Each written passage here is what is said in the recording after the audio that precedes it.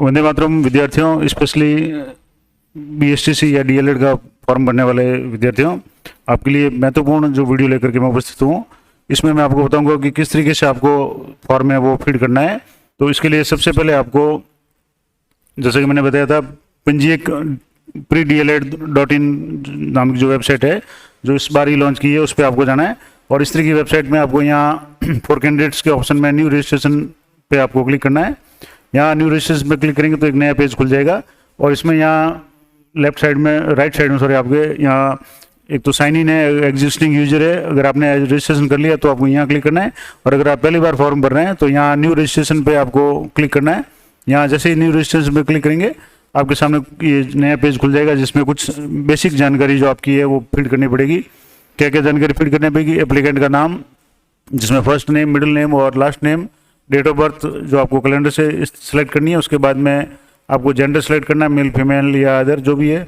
उसके बाद में फादर का नाम, मदर का नाम, और विशेष रूप से ये कुछ इंपॉर्टेंट यहाँ दिए हुए हैं कि एक तो please don't add any solution like mister और मिसेज या डॉक्टर वगैरह।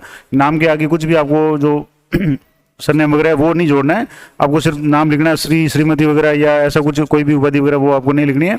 इसके बाद में ईमेल आईडी है वो आपको फीड करनी है, और लिखा हुआ है कि please note that all the communication related to this application including link registration. अब जैसे इसमें लिखा हुआ है कि यहाँ जो लिंक रजिस्ट्रेशन वगैरह का जो भी ईमेल है वो आपकी इसी ईमेल आईडी पे आएगा। तो ईमेल आईडी आपकी पर्सनल होनी चाहिए या ऐसी होनी चाहिए जो वर्किंग हो, नहीं तो आपका फिर आगे का जो प्रोसेस है वो अटक जाएगा।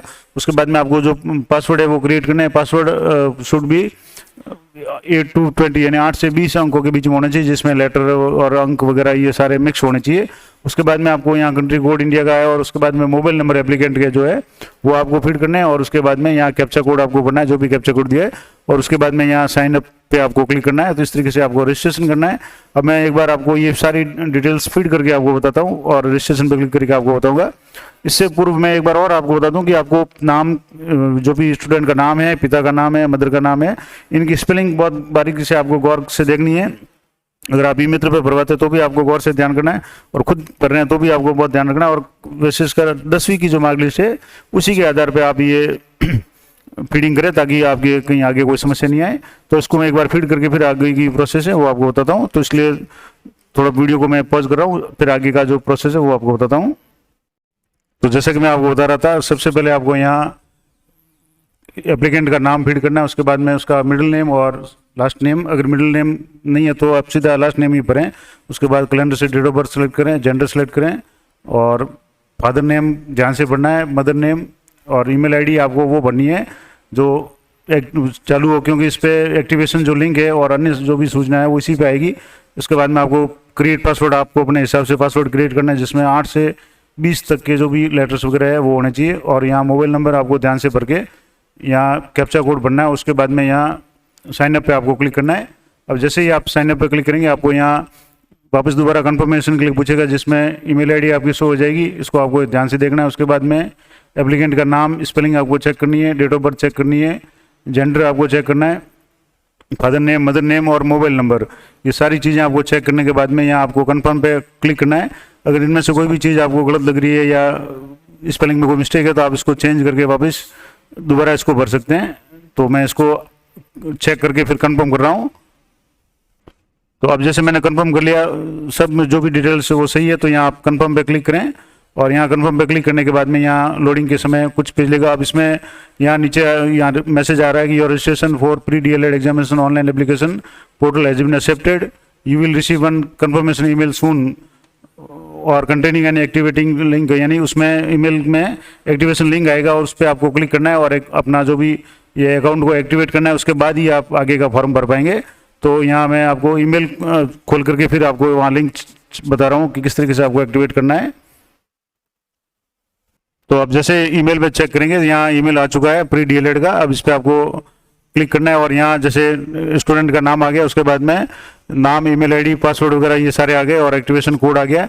अभी एक्टिवेशन, अभी यहाँ इसमें लिखा हुआ है in order to proceed further it will be essential to activate your pre DLED examination application portal registration, और यहाँ आपको क्लिक करना है क्लिक हियर टू वेरीफाई। तो यहाँ आपको जैसे ही क्लिक करेंगे यहाँ आएगा कि आपके जो भी कैंडिडेट उसका नाम आ जाएगा, your account has been activated and now you can login with your mobile number and password. तो आपको मोबाइल नंबर और पासवर्ड से यहाँ जैसे क्लिक करेंगे लॉगिन के लिए, तो जो नेक्स्ट प्रोसेस होगा वो इस तरीके का होगा। अब यहाँ आपको जैसे यहाँ रजिस्ट्रेशन हो गया है, अब जैसे एक्टिवेट अकाउंट हो गया, तो यहाँ आपको साइन इन करना है, और साइन इन करने के लिए आपको यहाँ मोबाइल नंबर और पासवर्ड है। अब वो मोबाइल नंबर पासवर्ड आपको यहाँ ईमेल में भी मिल जाएंगे। जैसे यहाँ ईमेल है, इसमें आपके पासवर्ड और मोबाइल नंबर, ये पासवर्ड पहले से आपने जो भी तय किए थे वो है, और मोबाइल नंबर है, उसको फीड करके आपको यहाँ से साइन अप करना है। तो मैं उसको आगे का जो प्रोसेस है उसको आगे बताता हूँ। यहाँ आपको मोबाइल नंबर और पासवर्ड एंटर करने के बाद में सबमिट पे क्लिक करना है, और सबमिट पे क्लिक करने के बाद में यहाँ आपके दो ऑप्शन खुलेंगे, डैशबोर्ड खुल जाएगा, इसमें आपको माई एप्लीकेशन और प्रीव्यू फॉर्म आ जाएगा। अब जैसे सबसे पहले आपको यहाँ एप्लीकेशन पे क्लिक करना है, और आपको प्रोग्राम का नाम सेलेक्ट करना है, तो प्री DLED, उसके बाद में प्रोसीड पे क्लिक करना है, और प्रोसीड पे क्लिक करने के बाद में यहाँ कुछ इंस्ट्रक्शन है वो आपको ध्यान से देखना है कि आवेदक पत्र में कमी या त्रुटि हो, या तथ्य छुपाने या गलत तथ्य पेश करने पर आपका आवेदन पत्र है वो निरस्त कर दिया जाएगा। इसके लिए मेरी सहमति है। DLED के लिए पात्रता के लिए उच्चतम माध्यमिक या समकक्ष में न्यूनतम 50% और अन्य के लिए 45% होंगे। और यहाँ आपको चेक बॉक्स पर क्लिक करके यहाँ ऐड टू द प्रोग्राम है, यहाँ इसको क्लिक करना है, और ये आगे का जो ऑप्शन है वो खुल जाएगा। अब आपका एप्लीकेशन डिटेल है वो इनकम्प्लीट है, उसके बाद आपको अपडेट फोटो एंड साइन करने हैं, एजुकेशनल डिटेल्स आपको फीड करनी है, उसके बाद में कोर्स सेलेक्ट करना है, उसके बाद में एग्जाम सेंटर की प्रेफरेंस आपको पढ़नी है, और प्रीव्यू और कंफर्म करना है। इस तरीके से सारे स्टेप्स है वो आपको एक एक करके पूरे करने हैं। तो मैं एक एक स्टेप आपको आगे बताऊँगा, वीडियो पर बने रहिए। जैसा कि मैं आपको बता रहा था, पहला स्टेप यानी रजिस्ट्रेशन कंप्लीट होने के बाद में एप्लीकेशन डिटेल पे जाएंगे, तो यहाँ पूरी एप्लीकेशन जो एप्लीकेंट डिटेल है यानी कैंडिडेट की जो भी डिटेल है वो आपको भरनी है। तो जैसे कुछ चीज़ें जो अपने पहले रजिस्ट्रेशन किया तो उसमें ऑटोमेटिक आ जाएगी, उसके बाद कुछ कॉलम है वो खाली है उनको भरना है। तो जैसे नाम है कैंडिडेट का वो ऑटोमेटिक आ जाएगा क्योंकि रजिस्ट्रेशन में अपने नाम भरा हुआ है। फादर का नाम, मदर का नाम आ जाएगा। कैटेगरी यहाँ से आपको सेलेक्ट करनी है, जैसे यहाँ category general, ST, SC, OBC, EWS या OBC, creamy layer, non creamy layer. तो जो भी कैटेगरी कैंडिडेट की है वो आपको सेलेक्ट करनी है। फिजिकली डिसेबल यानी शारीरिक रूप से अगर अक्षम है तो आपको यस करना है, नहीं तो नो करना है। डेट ऑफ बर्थ ऑटोमेटिक आ जाएगी, ये नॉन एडिटेबल है क्योंकि जो भी रजिस्ट्रेशन किया था उस समय भरी थी। जेंडर भी नॉन एडिटेबल है क्योंकि पहले से भरा हुआ है जब रजिस्ट्रेशन किया था। अब नेशनलिटी में आपको इंडियन बनना है, भारतीय नागरिक है। मैरिटल स्टेट में आपके पास में मैरिड है, अनमेरिड है, डाइवोर्स है, विडो है या कोई भी कैटेगरी है वो आपको भरना है। इसके अलावा इसमें आगे जो लाल कलम लिखा हुआ है, there is no age limit for widow, divorce और एबेंडेड वुमेन, यानी जो परित्यक्ता या विडो है, विधवा है या डाइवर्स तलाकशुदा महिला है उनके लिए कोई आयु सीमा नहीं है। तो जो भी कैटेगरी आपको, जैसे अनमेरिड है या तो अनमेरिड में भर रहा हूँ, जो भी कैटेगरी वो आप यहाँ सेलेक्ट करें। डिफेंस पर्सनल या वार्ड अगर यस है, अगर सेवा में रक्षा सेवा से संबंधित कोई है तो यस करना है, नहीं तो नो। और इसके अलावा do you belong to minority, अगर माइनॉरिटी से आप अल्पसंख्यक से संबंध रखते हैं तो यस करना है, अन्यथा नो करना है। यहाँ आपको आधार नंबर ध्यान से फीड करना है। आधार नंबर को एक बार आप और देख लें कि आधार नंबर आपने सही भरे हैं। उसके बाद में आधार नंबर के बाद में यहाँ do you want to apply for a lingual minor institute, यानी कि जो अल्पसंख्यक भाषा संस्थान, उसमें आप अगर भरना चाहते हैं तो यस करना है, अन्यथा नो करना है। उसके बाद में क्वालिफाइंग एग्जाम है, उसमें आपके दो ऑप्शन है, पास्ट या अपीयर्ड। अगर आप 12वीं में अध्ययन रहते हैं तो आपको नीचे वाला option appeared in senior secondary exam भरना है, यानी अभी जैसे आप एग्जाम देंगे। और अगर गत साल या उस पहले भी आपके 12वीं हो चुकी है तो आपको सीनियर सेकेंडरी पास्ट में आपको भरना है। और उसके बाद में लिखना, ये वो कॉलम है कि फ्रॉम संस्कृत वरिष्ठ उपाध्याय, अगर आपने संस्कृत विषय आपका रहा हुआ है तो आपको ये करना है, अन्यथा उसको नो करना है। और उसके बाद में आगे का जो ऑप्शन है संस्कृत ऑप्शनल इन सीनियर सेकेंडरी, अगर संस्कृत आपके 12वीं में है तो यस करना है, अन्यथा इसको नो करना है। और स्टेट ऑफ बोनाफाइड रेजिडेंस, यानी आपका मूल निवास कौन सा राज्य है, तो जैसे राजस्थान है तो राजस्थान भरना है, अन्य राज्य है तो ये वहाँ भरना है। और डिस्ट्रिक्ट ऑफ बोनाफाइड आपको अपने जिले को यहाँ से जो भी लिस्ट है उसमें से आपको सेलेक्ट करना है। उसके बाद में परमानेंट एड्रेस में आपको भरना है, तो अपने यहाँ बिल्डिंग या हाउस नंबर भरने हैं। और लैंडमार्क में आपको अपने गाँव का नाम भर देना है, या और कोई पहचान है, कॉलोनी है तो वो भर देना है। उसके बाद में आपको पोस्ट ऑफिस का नाम भरना है, फिर आपको डिस्ट्रिक्ट राजस्थान स्टेट सेलेक्ट करना है, उसके बाद डिस्ट्रिक्ट सेलेक्ट करना है, फिर पिन कोड भरना है। और फादर या गार्जियन के मोबाइल नंबर आपको भरने हैं। जो स्टूडेंट के मोबाइल नंबर है वो पहले भरे हुए हैं, अब फादर के नंबर भरने हैं। अगर मान लो नंबर अलग से नहीं है तो वही भर सकते हैं। और कॉरस्पॉन्डिंग एड्रेस, और अगर परमानेंट एड्रेस सेम है तो आप यहाँ राइट पे क्लिक करेंगे तो ऊपर वाला जो भी एड्रेस है वो नीचे आ जाएगा। और ये सब अच्छी तरह से आपको कन्फर्म करना है। उसके बाद में यहाँ ईमेल है वो आपके जो पहले से रजिस्टर्ड है वो शो हो जाएगा।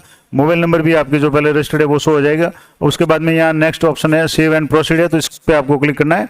अब जैसे ही यहाँ आप क्लिक करेंगे तो यहाँ अगला जो ऑप्शन आ रहा है वो आ रहा है कि अपलोड फोटो और अपलोड सिग्नेचर और अपलोड, ये तीसरा जो ऑप्शन है अपलोड थंब इमेज, यानी आपको फोटो अपलोड करना है, सिग्नेचर अपलोड करना है और अंगूठे का निशान है वो अपलोड करना है। अब तीनों चीज़ें आपको अपलोड करनी है और इसमें लिखा हुआ है please upload a clear photograph and signature, यानी फोटोग्राफ और साइन है वो साफ होनी चाहिए, signature must be on a white background, sign है वो सफ़ेद कागज़ पे और ब्लैक या ब्लू पेन से किए हुए होने चाहिए, और you can proceed further only after uploading your photograph and signature, ये फोटोग्राफ सिग्नेचर अपलोड करने के बाद ही आप आगे बढ़ पाएंगे।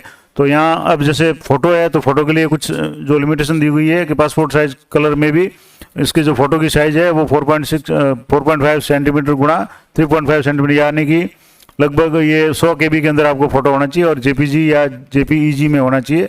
इसके अलावा जो सिग्नेचर है वो भी upload image to be less than 100 KB, यानी ये भी 100 KB के अंदर आपको बनानी है और ये JPG ओनली या JPG में आपको अपलोड करनी है। उसके बाद में यहाँ आपके जो इमेज के बाद में यहाँ जो तीसरा ऑप्शन है ये थंब या अंगूठे के निशान का है, तो उसमें आपको अंगूठे का निशान है वो एक वाइट पेपर पे लेकर के उसको 100 KB तक की जो इमेज है उसको बना करके आपको ये अपलोड करना है। तो ये मैं सारे एक बार अपलोड करके फिर आपको आगे का जो है प्रोसेस है वो आपको बताता हूँ। तो जैसा कि मैं आपको बता रहा था, आपको यहाँ अपने लैपटॉप या कंप्यूटर में जो भी इमेज और साइन है और जो अंगूठे का निशान है उसको सेव करके रखना है, उसको KB है उसकी 100 KB के अंदर उसको बना करके रखना है। अब जैसे यहाँ सेलेक्ट करनेंगे तो यहाँ जैसे मैंने साइन फोटो जो अपलोड कर दिए, अब जैसे थंब के लिए यहाँ चूज फाइल पर क्लिक करेंगे। अब यहाँ जहाँ भी आपने उसको सेव किया हुआ है वहाँ से आपको उसको लेकर के यहाँ से सिलेक्ट करें और उसको बाद में यहाँ से ओपन करें और यहाँ जैसे ये चूज फाइल आ गई, अब उसको जो भी नाम दिया वो उससे पता चल जाएगा। अब उसको अपलोड थंब पे आपको क्लिक करना है। अब जैसे ही यहाँ अपलोड करेंगे तो ये अपलोड का फोटो ये अपना यहाँ अपलोड हो जाएगा। अब यहाँ आप देखेंगे कि तो फोटो अपलोड हो गया है, साइन अपलोड हो गए हैं, उसके बाद में ये थंब इमेज यानी अंगूठे का निशान भी अपलोड हो गया है। अब इसको आपको यहाँ सेव एंड प्रोसीड पर क्लिक करना है। तो अब जैसे यहाँ सेव एंड प्रोसीड पर मैं क्लिक कर रहा हूँ तो अब जो नेक्स्ट जो इमेज मतलब ऑप्शन है वो है 10वीं की मार्कलिस्ट और 12वीं की मार्कलिस्ट आपको अपने पास रखनी है। और उसमें क्या क्या चीज़ें आपको ध्यान रखनी है कि सबसे पहले आपको बोर्ड ऑफ यूनिवर्सिटी सेलेक्ट करनी है। तो जैसे यहाँ राजस्थान बोर्ड है तो सबसे पहले राजस्थान बोर्ड अजमेर है, 10वीं की हुई है, 12वीं भी यहीं से की हुई है, तो यहाँ से आप सीधा राजस्थान बोर्ड को ही सिलेक्ट करें।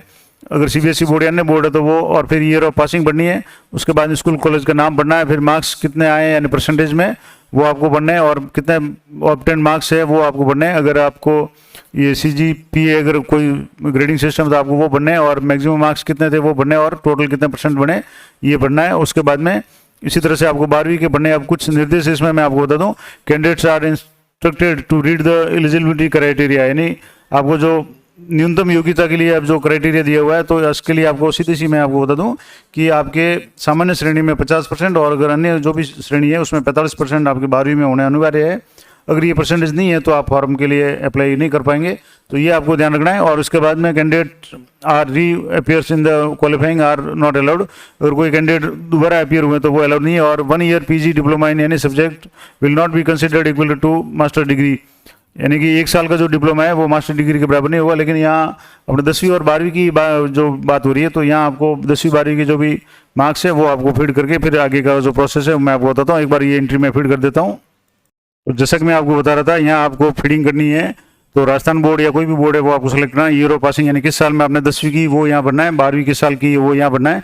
अगर आप अपेयरिंग है यानी इस साल 12वीं देने जा रहे हैं तो आपको यहाँ नीचे जो ऑप्शन दिया हुआ है रिजल्ट अवेटेड, इस पर आपको क्लिक करना है। तो ये परसेंटेज वगैरह की जरूरत नहीं पड़ेगी। और अब जैसे यहाँ स्कूल का नाम कॉलेज का नाम आपको लिखना है, 10वीं कहाँ से की, 12वीं कहाँ से की, उसके बाद मार्क्स टाइप परसेंटेज है या अन्य है तो वो आपको लिखना है। उसके बाद में मार्क्स ऑब्टेन कितने मार्क्स प्राप्त किए। अब जैसे 10वीं में 500 मार्क्स जो प्राप्त किए थे, कुल मैक्सिमम मार्क्स कितने 600, तो जितने भी मार्क्स प्राप्त किए उसके हिसाब से आपने आप यहाँ मैक्सिमम मार्क्स और मिनिमम जो ऑब्टेन मार्क्स फीड करने के बाद में परसेंटेज ऑटोमेटिक आ जाएंगे। आपको मार्क लिस्ट से मिलान करना है और अगर इसमें कोई गलती है तो आप यहाँ से डिलीट का ऑप्शन से इसको रीसेट भी कर सकते हैं इस रो को।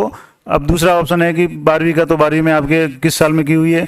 अगर आपके 12वीं उत्तीर्ण है तो यहाँ पूरा डिटेल बनी है, अगर नहीं है तो यहाँ आपको नीचे वाला जो रिजल्ट अवेटेड पे क्लिक करना है और यहाँ क्लिक करेंगे तो जो जैसे यहाँ मैं क्लिक करके आपको बता रहा हूँ, तो यहाँ जो मार्क्स ऑब्टेन, मार्क्स और परसेंटेज वाला ऑप्शन है वो काम करना बंद कर देगा, क्योंकि ये आपको अभी है ही नहीं। आप अगर अपियर हैं 12वीं में अध्ययनरत हैं तो आपको ये करना है। लेकिन यहाँ जो मैं जिसका फॉर्म भर रहा हूँ उसने 12वीं कर ली है, तो उस स्टूडेंट के लिए यहाँ 12% है। तो जैसे अब यहाँ मार्क्स ऑब्टेन कितने हैं, तो एक तो वो मैं आपको यहाँ भर के बता रहा हूँ। अब जैसे ये मार्क्स ऑब्टेन्ड है और कितने में से है, तो जैसे ये 500 में से 12वीं में है, तो यहाँ परसेंटेज ऑटोमेटिक आ जाएंगे। आपको चेक करना है कि परसेंटेज सही है और उसके बाद में यहाँ नीचे ऑप्शन है सेव एंड प्रोसीड, तो यहाँ आपको क्लिक करना है। अब इसमें ये लिखा हुआ you have left some mandatory fields blank in this section, you or the mandatory the marked in red for your convenience, please enter the required data to save and proceed further। यानी कि यहाँ लाल colour में कुछ दिया हुआ है जो मैंने नहीं भरा है। अब आपको देखना है कि यहाँ क्या नहीं भरा है, तो इसमें यहाँ इसको मैं थोड़ा सा क्लियर, यहाँ लिखा हुआ ऊपर कि please ensure to enter correct value और डाटा इफ, और ये जैसे अब इसमें कुछ कमी रहे तो मैं इसको कमी, जैसे यहाँ ये कमी है कि यहाँ ये कॉलम में जो फीड किया हुआ है, जैसे ये मैंने यहाँ क्लिक किया था तो यहाँ से साल हट गया था, तो अब यहाँ जैसे इसने गत साल 10वीं 12वीं की है तो यहाँ इसको ये फीड करना है। और यहाँ तो ये आपको एक बार चेक करना है कि आपके कहीं कॉलम कोई खाली तो नहीं रह गया। अब जैसे 10वीं कब की, 12वीं कब की, किस स्कूल या कॉलेज से की, तो ज़्यादातर अपने राजस्थान में स्कूल ही है, स्कूल से परसेंटेज है, कितने मार्क्स ऑब्टेन्ड है, कितने मार्क्स कुल में से कितने आए, और परसेंटेज ऑटोमेटिक आ जाएंगे। अब यहाँ आपको यहाँ सेव एंड प्रोसीड पे क्लिक करेंगे तो ये सेव हो गया। अब इसमें पूछ रहा है कि please reconfirm that you have filled all the education document details properly, कि आप दोबारा कंफर्म करें कि आपने जो भी डिटेल्स भरी है वो प्रॉपर भरी है। और selection for this course program would be prepared based on data entered by you, यानी आपका जो भी चयन होगा वो इस परसेंटेज के आधार पर होगा, क्योंकि यहाँ मिनिमम मार्क्स का जो क्राइटेरिया है वो अनिवार्य किया हुआ, तो ये इसलिए दोबारा इसको कंफर्मेशन करने के लिए पूछ रहा है। और no further claims for change will be entertain, यानी इसमें कोई चेंज के लिए आपको कोई भी जो स्वीकार नहीं किया जाएगा। इसलिए आपको यहाँ ध्यान से चेक करना है कि आपके 10वीं की जो मार्क्स है वो और 12वीं के मार्क्स आपने जो भी फीड किए हैं वो सही है। तो एक बार आप 10वीं और 12वीं की मार्क लिस्ट को देख करके कंफर्म कर लें और यहाँ ओके पे आपको बटन दबाना है।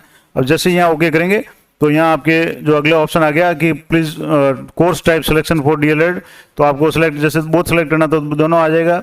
अगर आप जनरल एक को सिलेक्ट कर रहे हैं तो यहाँ से हटा देंगे, तो और एक को करना है तो ये, अगर संस्कृत आपके है तो और इसको नहीं करना है तो आप संस्कृत खाली करेंगे तो यहाँ खाली संस्कृत आ जाएगा।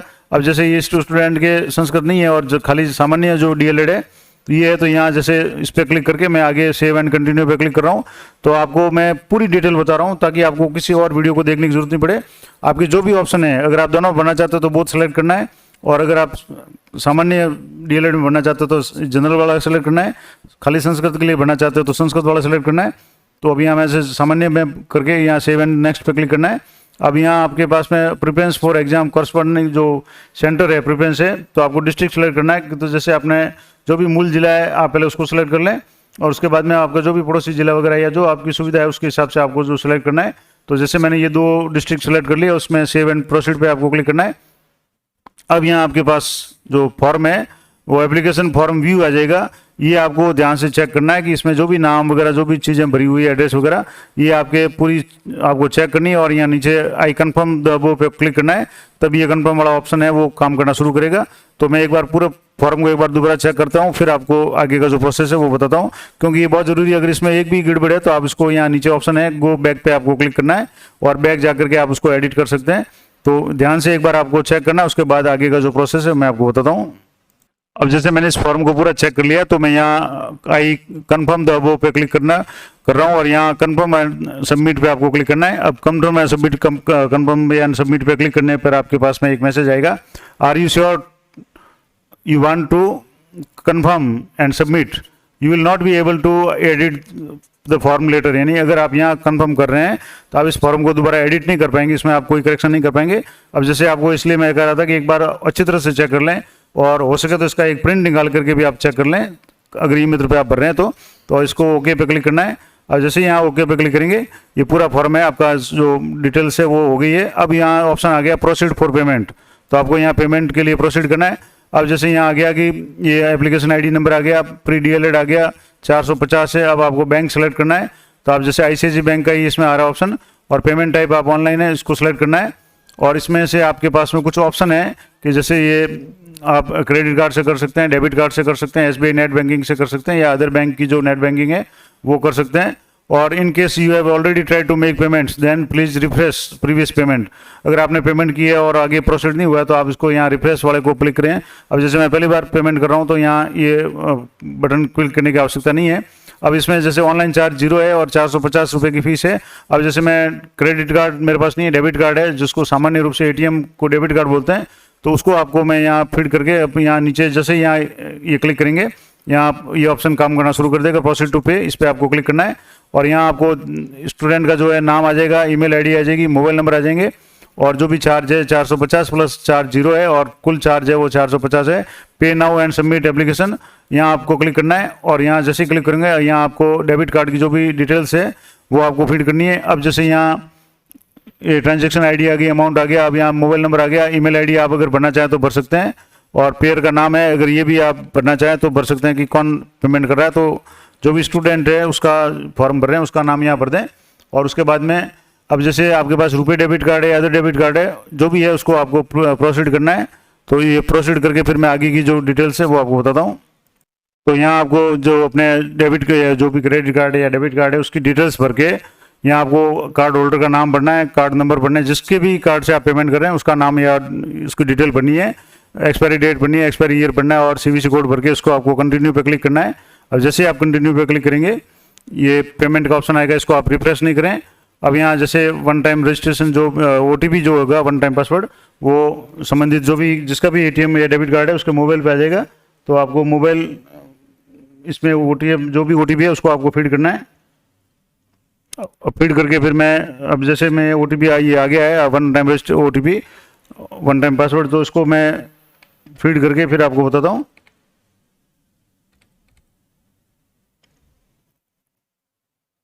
और यहाँ मेक पेमेंट पे आपको क्लिक करना है OTP फीड करने के बाद में, और इसको रिफ्रेश नहीं करना है, इसको प्रोसेस होने देना है। और इसके बाद में ये अब जैसे इसमें वही आ गया कि एरर आ रहा है, इसका मतलब ये पेमेंट नहीं हुआ है, तो इसको आपको दोबारा इसको एक बार और आगे जो प्रोसेस है वो करना है। मैं आगे करके आपको बताता हूँ। अब जैसे ये साइट एक बार आउट हो गई थी, लेकिन यहाँ जैसे दोबारा इसको लॉगिन कर रहे हैं तो यहाँ आपके ऑप्शन आ रहा है, congratulations your online application has been successfully submitted for pre DLED 2022। ये ऑर्डर ID नंबर ये आ गए हैं। You have charge a total of 450 रुपये का जो पेमेंट है वो हो गया है, और ये मैसेज आ गया है। अब आगे का जो इसको कैसे आपको प्रिंट निकालना है वो मैं आपको बता दूंगा।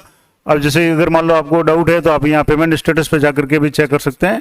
अब यहाँ एक ऑप्शन दिया हुआ है पेमेंट स्टेटस। अब जैसे यहाँ ये पेमेंट स्टेटस का जो मैसेज है ये आ गया है। अब यहाँ जैसे बैक टू माई एप्लीकेशन पे आपको क्लिक करना है। तो अब यहाँ आपके जैसे एडिट एंड व्यू पे आपको क्लिक करना है, तो ये जैसे फॉर्म आपके शो हो जाएगा। उसके बाद में आप इसको प्रिंट कर सकते हैं, और इसमें जैसे ये आ गया आपके कि ऑनलाइन जो ऑर्डर ID है ये आपकी ये आ गई सबसे नीचे, उसमें पेमेंट डेट है ये आज की डेट आ गई, यानी अभी जैसे मैंने पेमेंट किया है। अमाउंट है 450 आ गया, पेमेंट ID ये आ गई, तो इसका मतलब आपका पेमेंट हो चुका है और ये एप्लीकेशन जो है वो फाइनल है। अब इसको आप प्रिंट ऑप्शन नीचे दिया हुआ है, इस पर आप क्लिक करके इसको प्रिंट कर सकते हैं। और अगर मान लो आपकी अभी आपके पास में प्रिंटर नहीं है तो आप इसको यहाँ सेव एज PDF पे आपको क्लिक करेंगे तो सेव हो जाएगा, और सेव पे आप उसको नाम दे दें कि जो भी फॉर्म आपने भरा है उसको आप सेव एज PDF करके उसको रीनेम कर दें, ताकि आपको बाद में कभी भी ज़रूरत पड़े तो आप उसको आसानी से सर्च कर सकें अपने कंप्यूटर में। तो इस तरीके से ये जैसे इसको मैंने सेव कर दिया, तो ये पूरा जो प्रोसेस था मैंने आपको बता दिया कि किस तरीके से आपको ये करना है। अब जैसे गो बैक पे आप जाएंगे तो ये आप यहाँ से एडिट और व्यू का ऑप्शन है, तो यहाँ आप अभी एडिट व्यू का नहीं आएगा, क्योंकि पहले ये ऑप्शन दे दिया था कि आपको पेमेंट के बाद में आप उसको एडिट नहीं कर सकते। तो एप्लीकेशन फॉर्म व्यू यहाँ आ गया, इस तरीके से आप इस फॉर्म को चेक कर सकते हैं। तो ये पूरी जो डिटेल्स मैंने बता दी आपको, किस तरीके से आपको स्टेप बाय स्टेप इस पूरी प्रक्रिया को आपको पूरी करनी है। अब इसमें एक भी स्टेप अगर गलती करते हैं तो आगे आपकी समस्या आ जाएगी।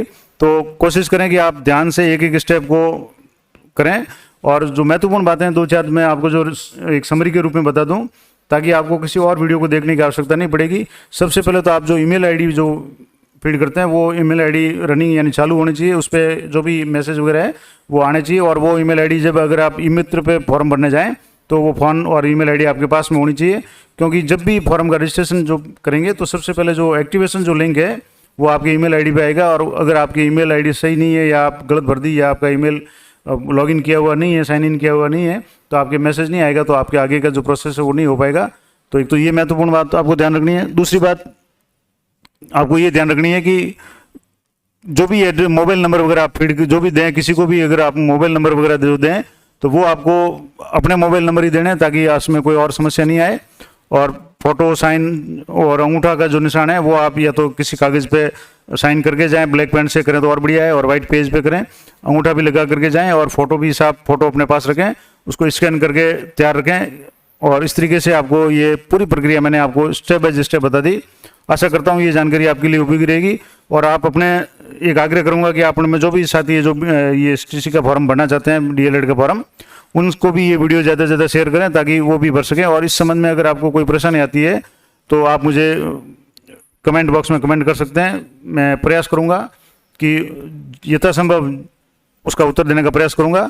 और ये आग्रह करूंगा कि आप यथाशीघ्र फॉर्म भर दें, लास्ट तारीख के इंतजार में नहीं रहें। कई बार नेटवर्क प्रॉब्लम हो जाती है, सर्वर प्रॉब्लम हो जाती है, या और कोई कारण से, बरसात का मौसम है या और कोई कारण से अगर नेट नहीं चल पाता है, या अंतिम दिनों में साइट पे लोड ज़्यादा बढ़ जाता है, तो आपको अंतिम तारीख का इंतजार किए बिना ये फॉर्म आपको अप्लाई कर देना है। तो ये मैंने पूरी जानकारी आपको दे दी, लाइव बता दी आपको कि किस तरीके से आपको फॉर्म ये भरना है। तो आशा करता हूँ ये जानकारी आपके लिए उपयोगी रहेगी, और मिलते हैं नेक्स्ट वीडियो में। तब तक जय हिंद, जय भारत।